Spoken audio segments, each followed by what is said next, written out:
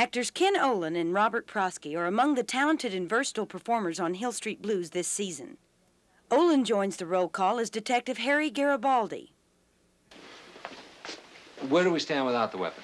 All right, we got the goods that Maxwell sold Washington. SID's over at Maxwell's apartment. They're going through everything looking for fibers. Testing for gunshot residue off Maxwell's hand. This time that's elapsed, I don't like our chances. What's the husband's condition? Critical, still unconscious. All right, let's ride herd on SID. Get hold of Erwin Bernstein. Make application for a voice line. Right, I got it. Robert Prosky comes to the Hill straight from Broadway, where he was nominated this year for a Tony Award in Glengarry Glen Ross. He assumes the duties of the roll call sergeant once occupied by the late Michael Conrad. I appreciate that vote of confidence, Captain. Which makes this morning's little situation all the more embarrassing. How would you explain the phenomenal success of Hill Street Blues? What's the magic behind it? Well, I think one thing that's unique about Hill Street Blues is that it's a very intelligent and very complicated show. I think unlike most things on television now, it's not there merely to provide escapism or entertainment. It's also there to enlighten people, to make people think about what's happening in our society. I've resisted doing television for some time, and it was an honor to be asked to do Hill Street.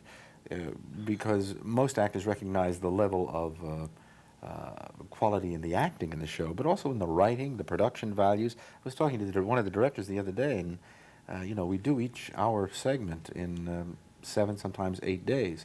And he says, you know, what we do is impossible. And indeed it is. I've done some feature films that don't have the same production values or the quality of writing or performance that exists on Hill Street Blues.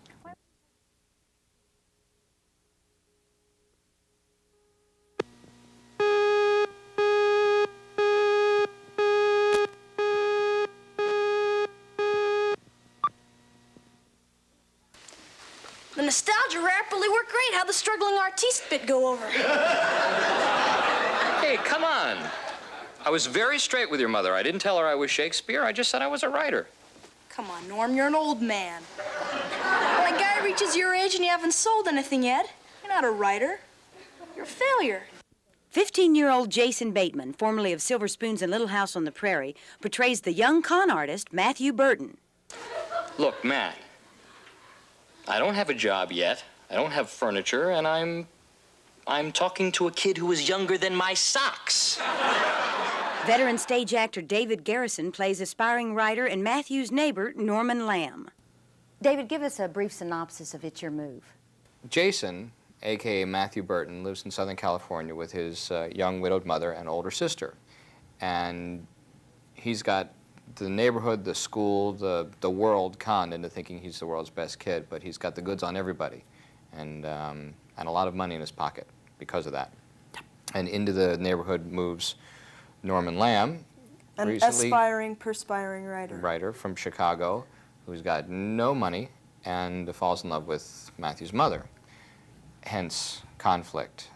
On set, these two characters are constantly at odds with each other, but off the set, it's a mutual admiration society. I like David's attitude on the biz, per se. Most people eat it up and really go for all the frill, you know. But David's a real... Sort of brown bag it, whatever. Yeah, David's a real... classy, low-key guy who's got his feet on the ground and the head on his shoulders. It's remarkable to meet a young actor who not only has a lot of skill, but is willing to listen on stage and off. And people go on talk shows and say, oh gosh, it's all wonderful, we love each other, and it's a great happy family, but it really is. We're having an awfully good time, and I think it comes across in the show.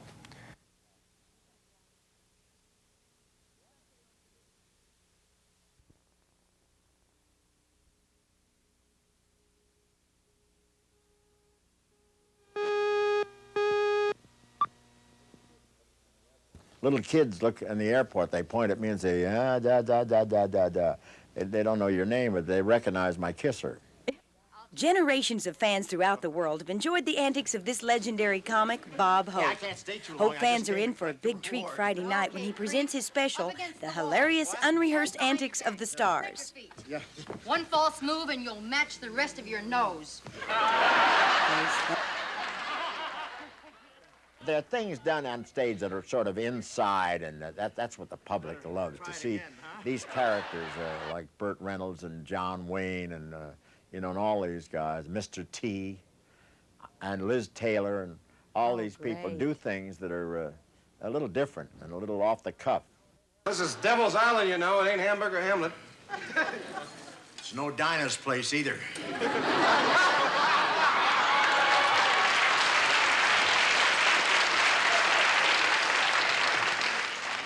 How the hell would you know? Were you there? In the monologue, we're doing all the stuff about the campaigns. We're doing stuff about Miss America, the new Miss America from Salt Lake, and all the things about the workouts. All the women are doing all the workouts. All these gorgeous women, Victoria Principal and Cher, and all these gals are doing workout things. And I said it certainly helped me. My eyeballs are 30% stronger. Thank you very much. We're the Happiness Boys. I'm Ernie. And I'm confused because I didn't see it. I'm sorry. I'm sorry, I got one eye and it was looking the other way. It's a laugh a minute Friday night at 7 o'clock on Channel 4 when Bob Hope and his friends goof up on the hilarious unrehearsed antics of the stars. Carrie Robertson, News 4.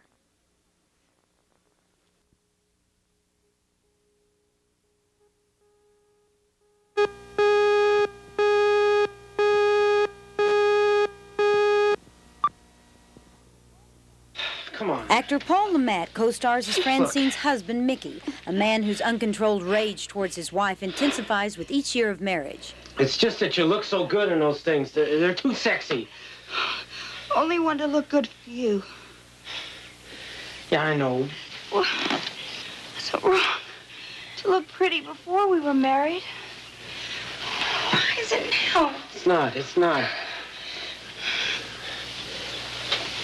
Look, it's just that I love you so much, I can't stand to think of you dressing up for anybody else.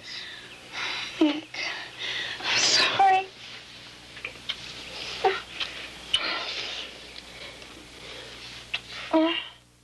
I always thought that the guys that beat women hated the woman, were just angry at the world in general and frustrated. And it turned out that most of these guys love the woman a lot and are sorry that they've done it. And that the problem is not so much that they themselves can't adjust to the relationship, it's that they want the woman so much and so desperately that everything the woman does makes them jealous and they're afraid of losing her. Did the role depress you? Very much. I was in a bad mood most of the time on the set. I tried to be friendly to people on the set, but it was a little difficult. I was in a bad mood when I went home. I was depressed for weeks after I did it. Not so much because I was unhappy with the role or that I didn't want to do the role, but because of the negative thoughts that were in my mind while I was doing it. And the trauma. It's very emotionally traumatic. Miss Hughes, I've been told that you committed murder. Is that correct? The methodical and sensitive attorney for Francine Hughes is portrayed by Richard Masur. If the information I've been given is accurate, this will be an extremely difficult case to defend. It will be impossible if you won't help me. Richard, society is very critical of battered women. A lot of times they say, well, she deserved it. Why did she stay? Why did she go back? Did you find that in playing the role of the attorney that you became more sympathetic in your attitudes? Actually, yeah, and that's something that I tried to do, was to start off skeptical and because when I meet her in the film, she's just come in and confessed to having burned her house down with her husband in bed. And I've been assigned the case. I don't know why she did it, what's going on. And as I get to know her, and as the audience gets to know her, I get more and more involved, understand her situation, and I think the audience will as well.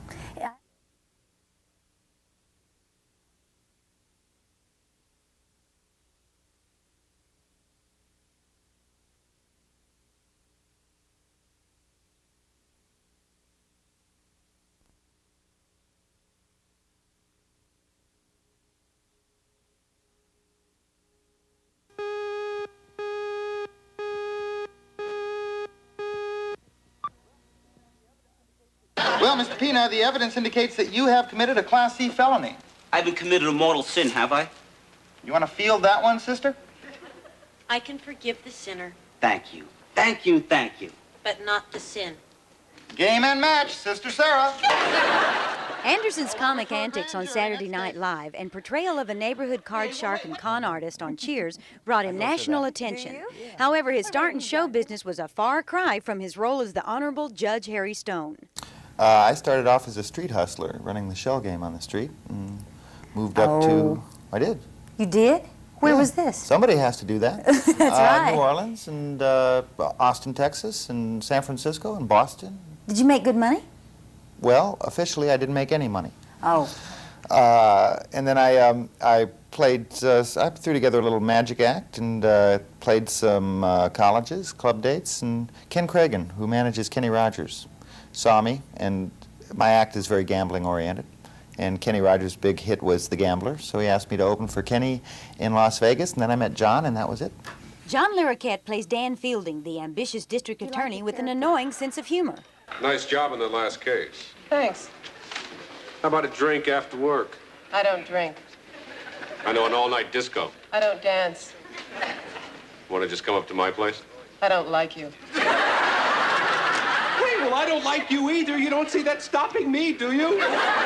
What I like about Dan Fielding is his sense of humor and the fact that it's never his fault. You know, if the rest of the world would come up to snuff, it would be an okay place to live. Now, how did you play a Klingon? What did you find to like in a Klingon? By putting a pancake on my forehead and pretending I was George C. Scott out on the town. What new changes can we expect to see this season on Night Court? I think the show's going to be a little more adult this season, partly because we've been moved to follow Cheers, so we get maybe a little more sex farce, a little more adult humor. Ought to be a great season. Oh, we'll be looking forward to it.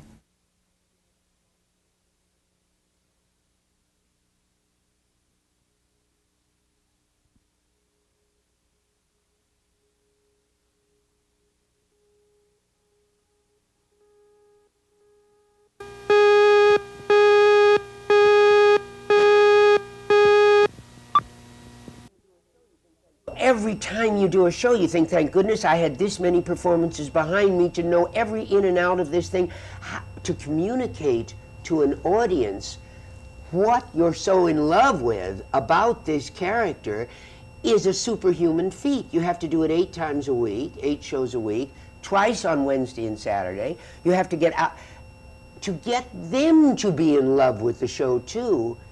That's not so. You don't just think of a grocery list while you're doing it or something. You know, you can't. I mean, otherwise people don't fall in love with the character. Through the years, Carol has become one of the brightest stars in the business. But as in any profession, along with the successes come the failures. I was fired by Max Liebman. Max Liebman was the oracle of musical theater at the time. He hired me thinking I had talent and fired me by the end of the summer because he said you never should set foot on stage. How'd you overcome that? It has to be beyond your own understanding why you keep at the business that you're in. And they say that you learn more from your flops than your hits. And they say also that with flops, learning that much, you don't most likely have another flop for the same reason. So let's hope it's behind us. Yes.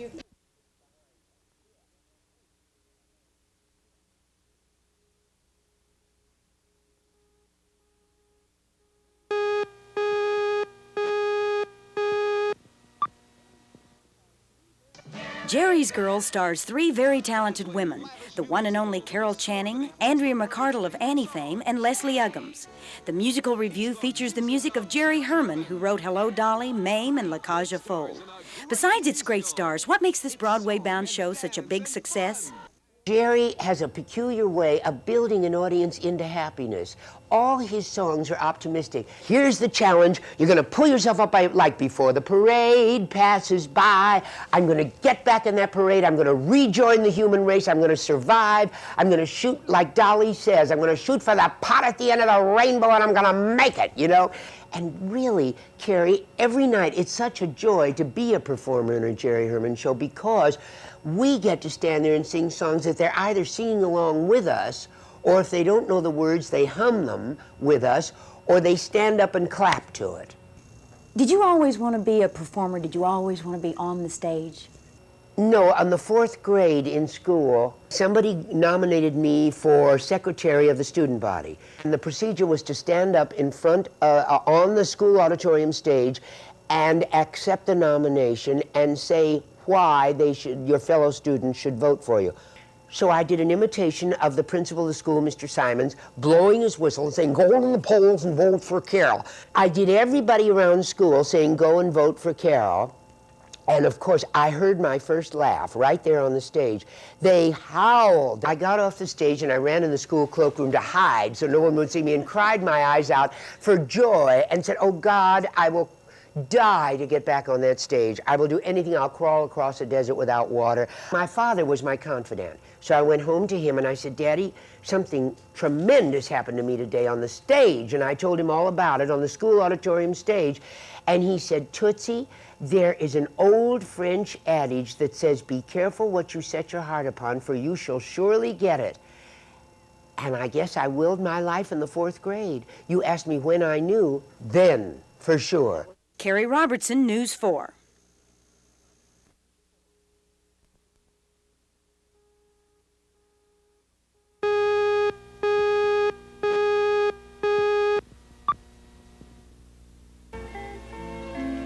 Excelsior.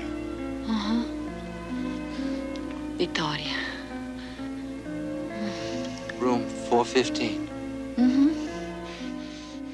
Sophia Loren, who won the Academy Award for Two Women, makes a rare television appearance in NBC's Aurora. She portrays a beautiful woman who cons her ex-lovers in order to raise money for her blind son's eye operation. What is it? My tummy hurts. What did you eat? I don't know. It will go away now. Okay. Loren's real-life son, 11-year-old Eduardo Ponte, makes his acting debut as the blind son.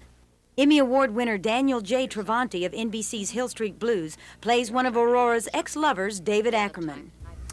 He's an expatriate, emotionally and physically, from America.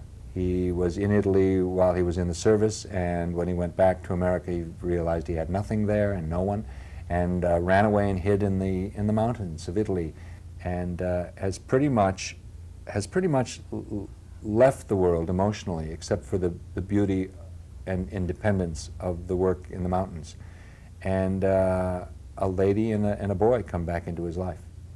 After 21 years of acting, Daniel J. Travanti is finally savoring the sweet success that comes from starring in a hit series. The dues I paid really were, when they were painful, they were really due to my own crazinesses inside, my fears and my confusions. So those were the dues I paid.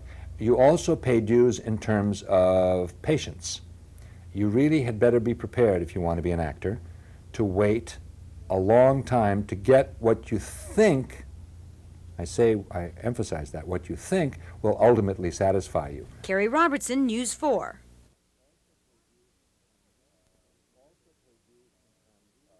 Also pay dues in terms of patience. You really had better be prepared, if you want to be an actor, to wait a long time to get what you think, I emphasize that, what you think will ultimately satisfy you. I don't think you ever should be completely satisfied with how far you've come, you know.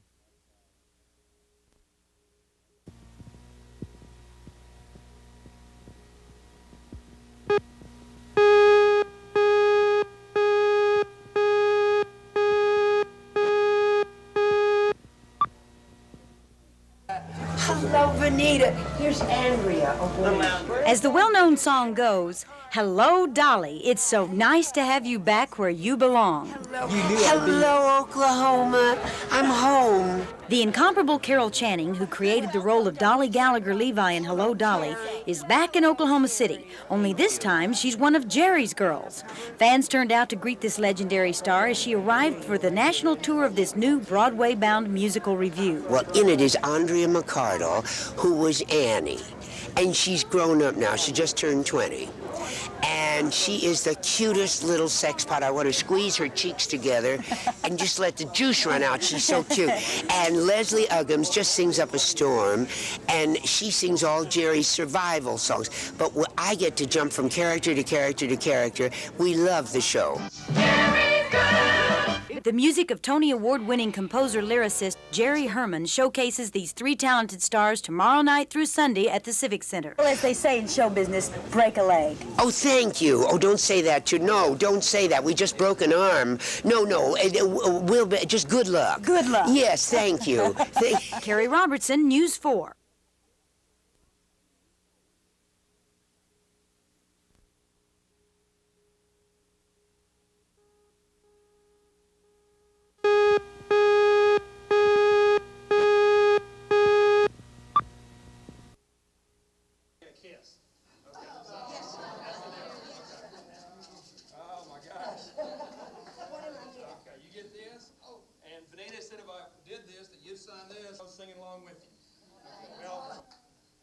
This is my father. Honored with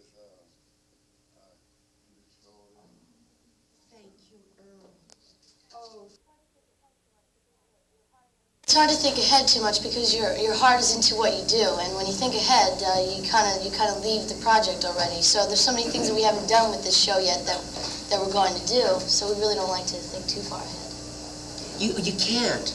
You know, it's like being in love with one man, and you think, well, now let's see, who shall I fall in love with next? No, that's impossible. That's a good point.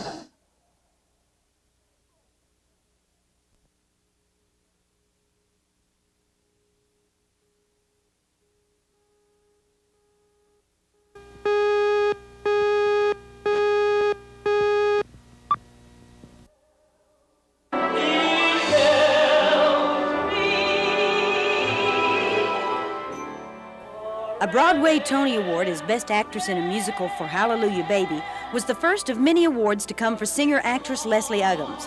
Her portrayal of Kizzy in TV's Roots won her the Critics' Choice Award for Best Supporting Actress. She also received an Emmy as co-host of NBC's daytime series Fantasy. Well, I was working since I was 5 professionally. It was all fun and games to me. I enjoyed the business all my life. The first time I really said, oh, I think I'm really going to do this, was when Mitch Miller came into my life, because all of a sudden there I was and everybody knew me. You know.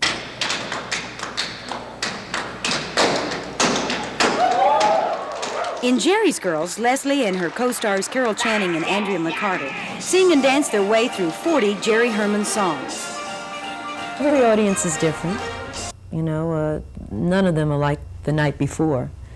Each audience expresses themselves a little differently. But I love doing the show, and the music starts, and once I hit the theater, I'm preparing myself for the 2 hours and 15 minutes that we do on the stage. And so that gets you very up. Aren't you glad you're doing this more than anything else in the world? Well, not necessarily. My family means more to me than anything in the world, you know. So I enjoy doing this very, very much. It's very rewarding, and it's a great opportunity for me to sing Jerry's music. It's been terrific.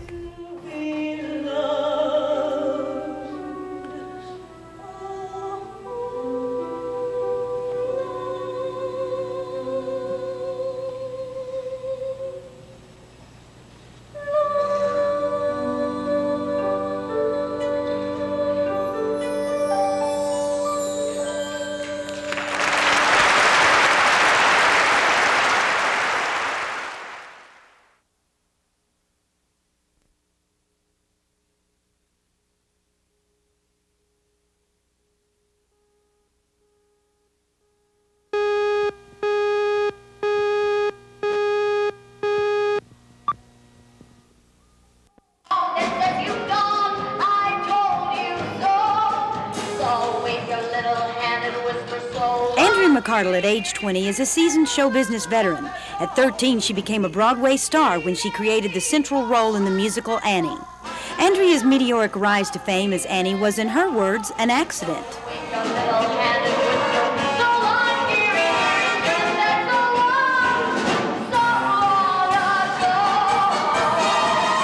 I started doing commercials, and I got on a soap opera, and I read an open audition for this show called Little Orphan Annie.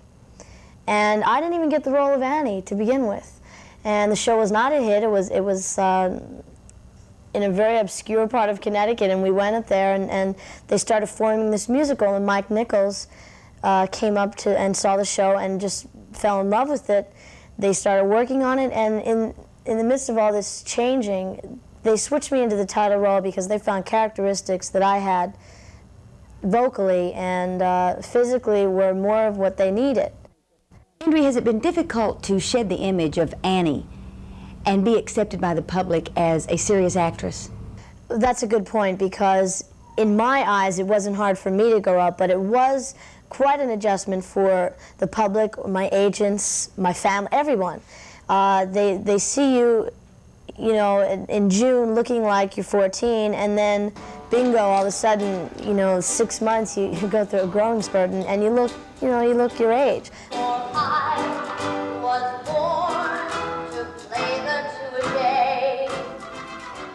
Even though Andrea has changed physically, she still has the strong, belting voice that has become her trademark. Her talents are showcased beautifully in Jerry's Girls, which runs through this Sunday, October 28th at the Civic Center.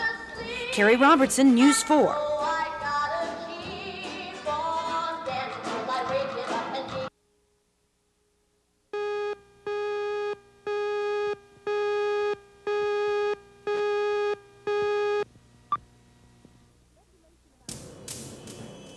Speculation about alien life from other planets has existed since man first looked to the stars. The possibility thrills our imagination and has become fuel for an explosion of films and TV shows dealing with alien creatures.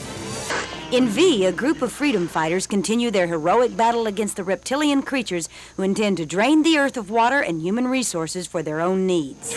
Don't shoot! Marc Singer as Mike Donovan and Faye Grant as Julie Parrish portray two of the dedicated freedom fighters. Mike Donovan just basically is a man that won't take no for an answer. If he feels that he's in the right, he'll fight for it. My character was a medical student, and I'm a research scientist, and I've found myself in this position of leading this resistance. My character was fashioned after a woman named Marie-Madeleine Fourcade, who actually led the French resistance. How did you first become interested in acting? I remember that in the 5th grade, I memorized the opening soliloquy of Richard III, just because, yeah, well, I mean, I just liked it, you know, it seemed good to me at the time, so I did, and I think that was probably the first inkling of the fact that I was going to become a performer. Faye, what about you? Well, I started acting when I was 7 years old in a school play. Do you remember the play? Yes, it was called The Sound of Music, and I, in the middle of the second act, I think I ad-libbed my own song, to the surprise of everybody else. And I knew that's what I was going to do. What does V stand for? Victory. Visitors. Victory. Varicose. Very good. I think V started out for victory, and then the visitors came in and said, well, V stands for visitors. It's one of the nice things. It's also a nice aspect of the script writing is that we have certain questions that remain unanswered. Is it for visitors or is it for victory? That's one of the dilemmas. We don't know. We're trying to make it for victory, aren't we? You have to tune in and find out. Carrie Robertson, News 4.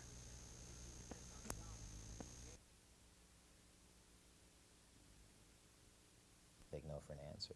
If he feels that he's in the right.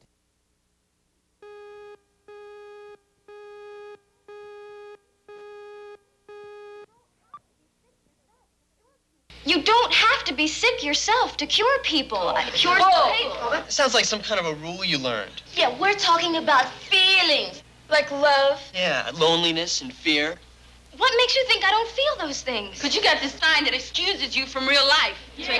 Nobody gets excused. Not even a nun.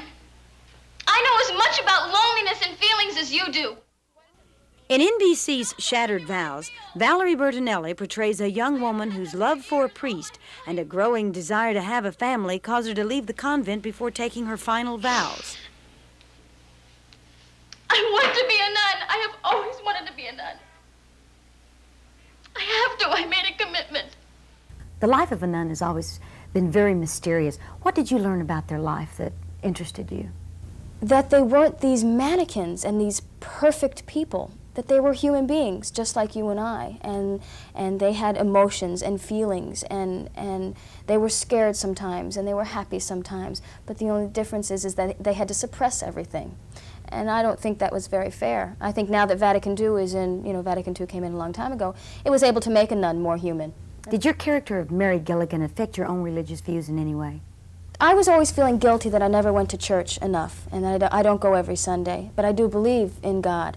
Last time I was in church was when I got married 3.5 years ago, and that was the only way that my husband and I wanted to get married, was in front of God. But I finally realized that I shouldn't feel guilty for not going to church every Sunday, because I am loving the Lord in the best way I can.